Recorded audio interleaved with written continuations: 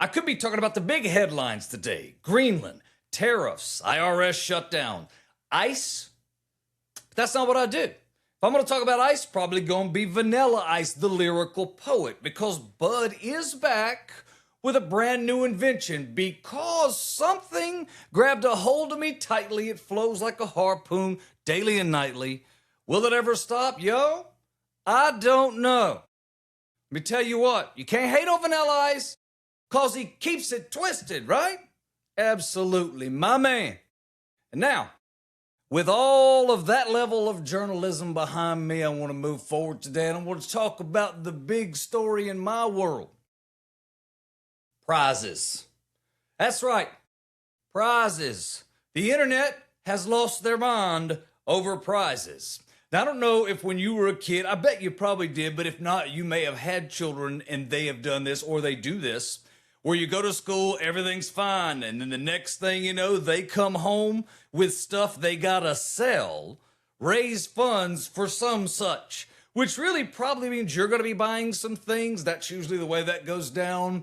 And then we'll see how their entrepreneurial spirit takes over. The prizes at for this particular sales pitch weren't great by the internet's estimation, because if you lead sales, they obviously give you some incentives, right?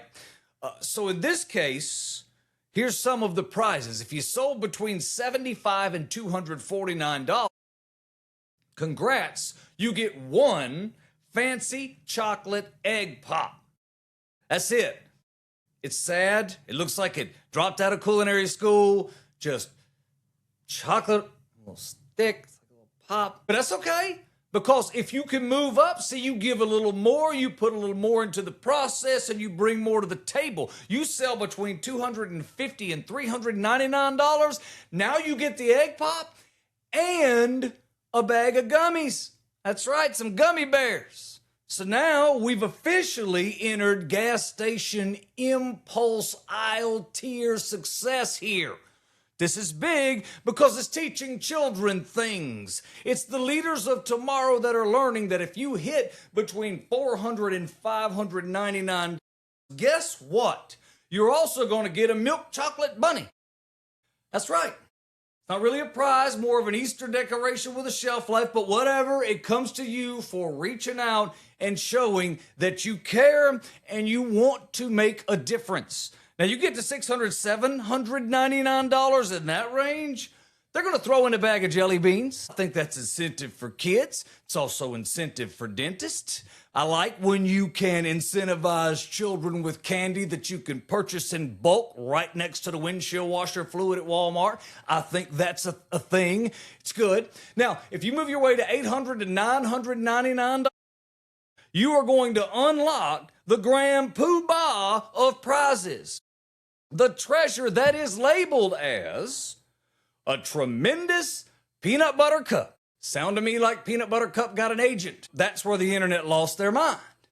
So one guy says, quote, "Sell candy, get candy? What?" I cleaned that up a little. But still, he makes a good point. Another one did the math and went, okay, if I sell $800 worth of candy that cost them $50 for a $6 prize, that's not a fundraiser. That's an MBA case study. And honestly, that one stung a little because it felt accurate, didn't it? Yeah, that's where it hit me.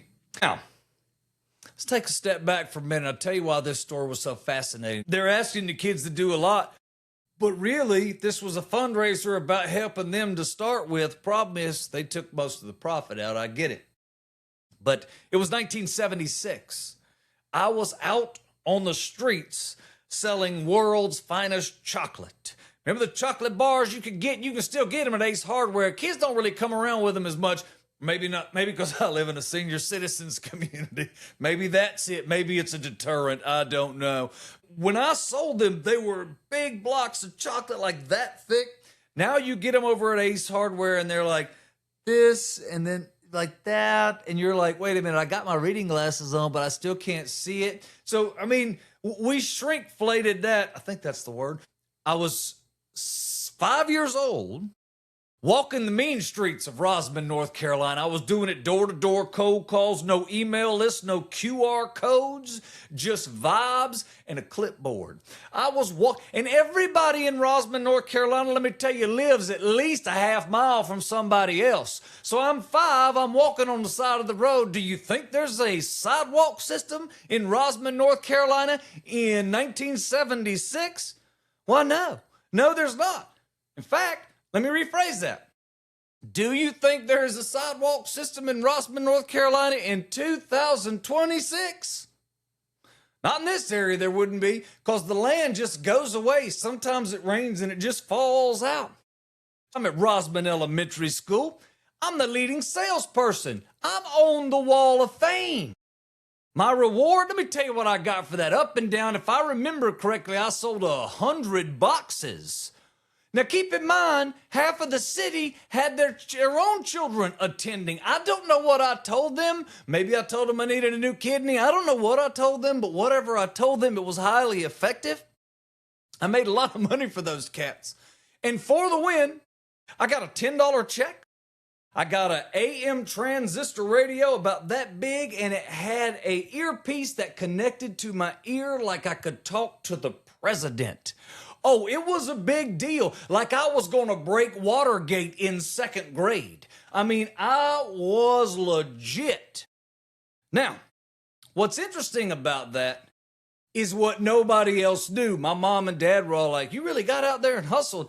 And my family was like, I didn't know you had that in you, but I do got a El Camino I need to sell. There was a lot of things that transpired right after that. But what people don't know was my motivation. See, this is the part that nobody talks about. Because that same year, about 3 weeks prior, my nanny and granddaddy took me over to the Rosman Tigers football field, the practice field, where they were trying out for Pee Wee football. I went out there and I gave it everything I had because it was going to be a moment for me. I was ready to play. And you know what they told me? Son, you are too small to play football. Are you kidding me? That's a devastating thing to hear when you're 5 and you're already emotionally invested in being a linebacker. I knew what I had to do. That's what nobody knew. I went and sold all those chocolate bars because that $10 prize, I needed the money. As soon as I got the money, let me tell you what I did. Me, my cousin, and my AM transistor radio, while I talked to everybody that was important, walked over to the store, which was a couple of miles, by the way, and we bought 2 pair of shoulder pads. That's right. Not regulation, no. Not safe and probably illegal in a couple of states, but it didn't matter because we got paid and we got to play right there in the front yard. No refs, no league, just 2 undersized kids, some plastic pads, and the pure, unfiltered belief that one day we would play in the NFL. Just because you said I was small, you could not stop me. And that's the part I still laugh about today. Because those fundraiser prizes, they didn't make me feel small. Being told I couldn't play made me feel small. But somehow a cheap radio and $10 that I earned and I worked my way into turned into a full-blown football league in my backyard. So the reality is those prizes aren't good, probably, especially in a world where we give away lottery, $100 million every time you turn around. So I guess in that light, these things do pale in comparison. But I guess it's really more about finding out those kids' motivation and teaching them a little something. What I learned from it was you don't have to be big. You don't have to have the grand prize. You just need to out-hustle everybody else. You're also going to need a cousin that finds out mid-tackle that this is not a casual activity. If you have those things, you too can succeed and get to where I am in life right now. And I hope better for you. Now, I do have one thing on my list of things I need to talk about today that piques my interest in more ways than one, because I've heard it talked about in about every 5-year cycle. This conversation comes back up. So when I saw it in the Wall Street Journal on my newsfeed today, I saw where it said, if World War III breaks out, there's a list of cities that are going to be cooked first, right? So we all imagine the same ones. New York, LA, DC, maybe San Francisco. That all tracks. I'm okay with that. Here's where things got a little wonky for me, because right behind those slides in Shreveport, Louisiana. Yeah, that's where my brain went. What? You mean to tell me somewhere in an enemy war room, there's a dude in a gray uniform, probably with a clipboard and a pencil, and he's saying, you know, if we really want to cripple America, we must strike Shreveport. Shreveport or nowhere. Not Beyonce's house, not the Golden Gate Bridge, not Wall Street, not Hollywood, no. Just a quiet little dot on a map where somebody's uncle is grilling something right now. And I love the logic. This is why I didn't do military strategic planning. Now, when I was in high school and then we went on later to work and do some stuff, I worked around some folks who made it really high up in the military. One of them was a designer. So his whole job was they show the battlefield, how they're going to attack it, and then he would determine how they built their city, if you will, to occupy that area and how that would continue to advance as the unit continued to move and they made progress, which I thought was super fascinating. I also went to school with a dude who went way, way, way high up in the helicopter business to a level that most people don't see. So that was pretty cool. I've been around some folks who think strategically and who understand military, because I've been around the military my whole life. So I don't really understand how someone can think that if we take out Shreveport, the whole country is just going to sit down and go, well, that's it. That's a wrap. Damn it, they got Shreveport. What happens next? Well, I guess we'll all do a group text. Hey, y'all, Shreveport's gone. Dang it. That was our good one, too. And then the list will keep going, and it'll just keep going. And you know who's next on the list? Well, I'm sure it's someone in your hometown, at least when you were a kid or in college, went, you know, I saw where we're on the list. When the bombs come, we're early. Here's what I can prove on that list. We're going from Shreveport to Colorado Springs, then to Albuquerque. Now listen, I've been to Albuquerque a few times. I like Albuquerque if you get on the outskirts of Albuquerque. I mean, maybe that could do some improvements. You don't know. Albuquerque might stand to improve from this. We'll find out, or we won't, hopefully. And then Houston's on the list. That makes more sense. The Astros do cheat. And it all sounds official and serious. But my favorite part is imagining the backup list. Because you know there's a backup list somewhere that says, all right, once we get past LA, New York, DC, Chicago, San Francisco, Shreveport, Colorado Springs, and Albuquerque, then we're going to go on to places like Bucksnort, Tennessee. Sugar Tit, South Carolina, look out, the bombs are coming. Two-Egg, Florida, if it really gets out of hand and escalates before we have them at their knees. At some point, it stops sounding like a war plan, sounds a little more like the beginning of a country music tour now, doesn't it? Here's the thing. I'm not even sure it's about strategy anymore. Because in no universe can you tell me that Shreveport's first on the list when we're strategizing. I think it's more about confusion. I mean, like the real psychological warfare is us Americans waking up and going, wait, where? Hold on, Google that. Is there a Buc-ee's over there? Because every foreign power knows that you do not cripple a nation with bombs. You cripple it in an argument over whether Shreveport is in North Louisiana or South Louisiana. There's the real chaos. Dang, they do know us. Maybe not. So far, the new studio is going all right. We just got things moved around. I say new studio, I added it into a different computer system. I just found out, and I swore I won't talk about this, but I guess I will. I just found out a couple of days ago, because I don't pay too much attention. I just buy a computer, and then like everybody else, I shut up and use it until it doesn't work, right? My computer works fine. I'm okay, but I realize it's getting long in the tooth like me. So I saw an article pop up and it said Apple computers, the Macs and such, and there's a lot of stuff in here, so don't take me 100% for this. You'll need to do your own research. But basically, they have an Intel chip at around that 2020 era or behind that.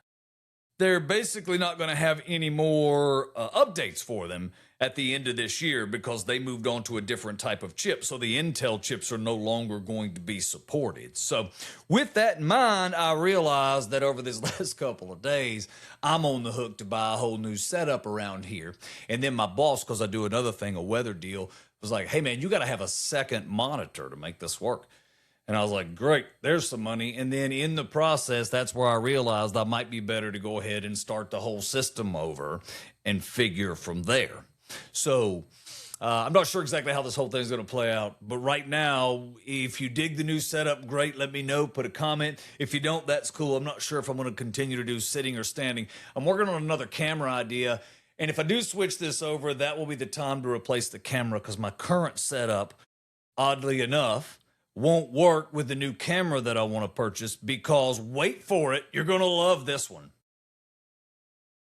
The camera technology doesn't work with the Intel chip either. That's just a racket. That's all that is. Y'all ain't fooling me. Whatever. Y'all about to hit me for another 15 to 2,000, aren't you? 15 Hunsky. What you're trying to do is figure out if he's going to get a tax refund, how do we take it from him immediately? That's what they're trying to figure out. You and I both know that. Never mind, I wanted new rims on my truck. No, never mind all that. Tell you what I'd like to do is take my tax refund that I hope to get and go hop on a cruise. Now, I don't know if you've seen the new trending in cruising, but Oceania Cruises just joined a growing list of 18 plus only cruises. No kids, no exceptions on new bookings. Like, that's it. Now, Oceania is known as the Foodies cruise line. I did a little research on them because I don't know too much about them. But they're small, upscale ships. So not the big Carnival ones. We don't have water slides and climbing walls. Like Carnival has a thing. If you have kids, they have Camp Carnival and Kid Carnival, and they have different age things. So they can basically occupy your kids and keep them busy having fun all day. Oceania wasn't known for this. They had like a ping pong table dangerously close to the rail. That was their entire kids program. Basically, they realized they're not good with kids, which is not really a crime. Melissa Gilbert wishes her husband Timmy was a little less good with kids too right about now. What? That's too early. I'd like to retract that. I'm going to take it back. I'm going to edit it out, I'm sure. Company says that guests are looking for tranquility, quiet, and a refined experience. In other words, they want to trade Capri Sun for wine glasses. I totally get that. I was on a cruise many, many years ago. I fell in love with this cruise ship. I don't even remember what the name of it was. It was a Royal Caribbean cruise. Now, they did accept, they had all ages, but on this one deck, it was adults only. And they had these really thick cushions that you could go lay on. I'm not talking about those outdoor ones by the pool where everybody's got their kids and everybody's just sort of peeing at random. I'm talking about the adult section, and you could get massages up there and they would rub you down and you would be on those big pads. And basically you could just lay up there and the sun didn't hit you directly because, that's probably not good for adults. So with that sun's all blocked, then you could just lay there in the breeze because the ship was moving. You could sleep up there basically all day, then wake up and they would bring you food and keep bringing you drinks. It was so nice. And that's when I realized I was way too old to be on Carnival cruises. Now, I don't know if you've done the cruise thing, but I'm going to tell you, if you are going to do the cruise thing, do some research on your age group, because if you are 22, Carnival's probably the jam for you. If you are 62, Carnival might not be the jam for you. And there's varying, like I want to do one of those wind type cruises where you work and you're involved in the process as you move along. Now I want to do a lot of work. But I want to do a little work to look just enough to get pictures, And when they stop in these smaller islands because they have smaller boats. That just seems more authentic to me. And as a guy who likes to take a lot of pictures, I think you'd get much better. Your shots will be much different than when when you're on a cruise ship, some 7, 10, 12 stories high. Now, Oceana, I said, was joining some other folks. Vikings doing that. Virgin Voyages, that's part of their deal. Saga's involved in that. So we're clearly splitting the cruise industry from floating theme parks to floating libraries with cocktails. So it's a different kind of cruising. It's not really a cruise. It's more like a traveling dinner party that can't leave, but similar. So now then you got to think about the differences. See, when I was on the cruise ships for Carnival, there's a long line at the pizza all day. There's no chance to get to an ice cream machine. But if you wanted to go sit down and have a really nice dinner, well, you probably weren't going to wait long, especially if there was a dinner that they offered that was above the cost of cruising. Then you could find a hideout, a place to get away from some of the younger folk. But what I realized is when I moved up to the Royal Caribbeans and then on up from there, I realized that you could stay in an adult area, like the entire cruise could become adult, and that would change the game for you. So, and the other thing you'll find too, I think, is that if you're 18, 19, 20, I know it says 18 plus, but if you're 18, 19, 20, 22, 25, do you want to be on a cruise ship where there are 2,000 plus adults and dinner's over by 5:30? No, that's not what you want to do. Hottest nightclub in the place is a dessert bar. That's not the place you want to be. That's not the cruise ship for you. There's a clear line in the sand. The wildest activity on this cruise is going to be lectures at sea. 19, 20, 21, you want to sign up for that? There's not enough booze to make that entertaining to a 20-year-old. I promise you that. It's actually the only cruise where the DJ's likely to yell, "Turn it down, let's turn it down." Mm-hmm. Party nights are really just everyone kind of going, all right, here's what we're going to do. We're going to stay up till 9:15. We ain't going to make that long, but it feels good. Their idea of rough seas on this cruise is going to be running out of oat milk. Oceana ultimately says it's about tranquility and finesse, which is cruise language for we'd like to hear ourselves chew. Thanks for spending time with me today. My name is Bud Ford. I'm at Bud Ford Comedy, and let me know how you like the new setup, standing up versus sitting down, or if you don't have time, well, that's cool. Thanks.